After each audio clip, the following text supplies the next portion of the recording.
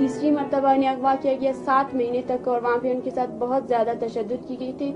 मेरे अबू जान कहते थे कि इस तरह यानी कि 2 माह तक उन्हें नींद बिल्कुल नहीं दी जाती थी, 2 माह तक बस वो लटके। मेहराम बलोच बलूचिस्तान पाकिस्तान से ताल्लुक़ रखने वाले बलोच इंसानी हुकूक़ के कारकुन हैं। इसका ख़ानदान अपनी वालिदा की तबी देखभाल के लिए कराची मुंतकिल होने से पहले कोयटा में मुकीम था। 11 दिसंबर 2009 ईस्वी की रात को मेहराम बलोच अपने वालिद गफ्फार बलोच के साथ अपनी बहनों में सो गए। उन्होंने पूरी शाम बलूचिस्तान के बहुत से मसाइल पर बात करते हुए गुजरी थी।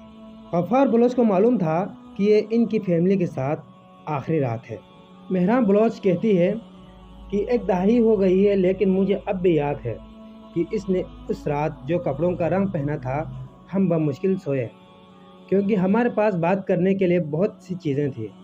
मुझे एहसास था कि कुछ गलत होने वाला है। वो एक उदास मुस्कुराहट के साथ मेरे पास से गुजरा जब मैं दरवाजे पर खड़ा उससे जाता हुआ देख रहा था।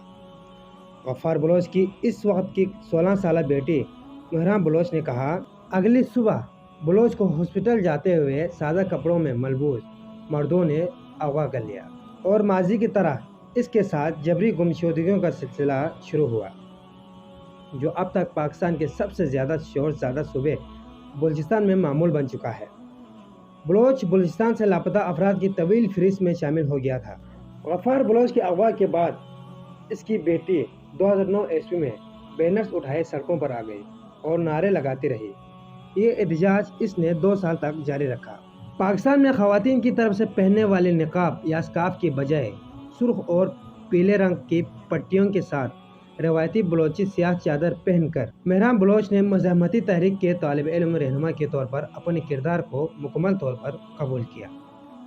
बहुत से लोगों ने इसे सोशल मीडिया पर देखा जब इसने एक वीडियो अपील में अपने वालिद की अज़ियतनाक गुमशुदगी की कहानी बयान की। हम लोग जब भी वो बताते थे तो हम लोग रोने लगते थे, इसलिए बस वो कुछ बात ही बताते थे कि इस तरह मुझे मारा करते थे। और 2 महीने तक उन्होंने बिल्कुल जब भी यानी इस तरह उनकी ड्यूटी होती थी कि 7 महीने उन्होंने बिल्कुल धूप देखी ही नहीं थी, कि बिल्कुल अगर मेरी आंखें बंद भी होती थी तो आकर मुझे मारते थे कि मत सो जागो उठो।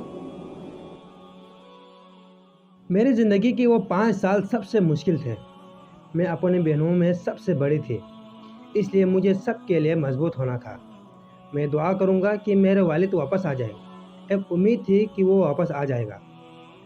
मैं इस उम्मीद पर कायम रहा कि ज़िंदगी दोबारा मामूल पर आ जाएगी, मेहराम बलोच ने कहा, लेकिन ऐसा कभी नहीं हुआ। जुलाई 2011 ईस्वी में इसके वालिद तशद्दुद के निशानात के साथ मुर्दा पाए गए। इसके भाई को बाद में दिसंबर 2017 ईस्वी में अगवा कर लिया गया था और उसे 3 माह से ज़्यादा हिरासत में रखा गया था। तब से वो बलोच मुज़ाहमती तहरीक की नुमायां शख्सियत में से एक है। मेहरान के भाई को अगवा के 3 माह और 10 दिन बाद रिहा कर दिया गया। इसकी रिहाई इसकी सरगर्मी का ख़त्मा नहीं बल्कि आगाज़ है। वो दूसरे लापता अफराद के लिए आवाज़ उठाने लगी। उन्होंने कहा कि मुकामी पाकिस्तानी मीडिया उन्हें कवरेज नहीं देगा, इसलिए सोशल मीडिया ही हमारे लिए अपने मसाइल को सामने लाने और हुकूमत पर दबाव डालने का वाहिद प्लेटफार्म रह गया था।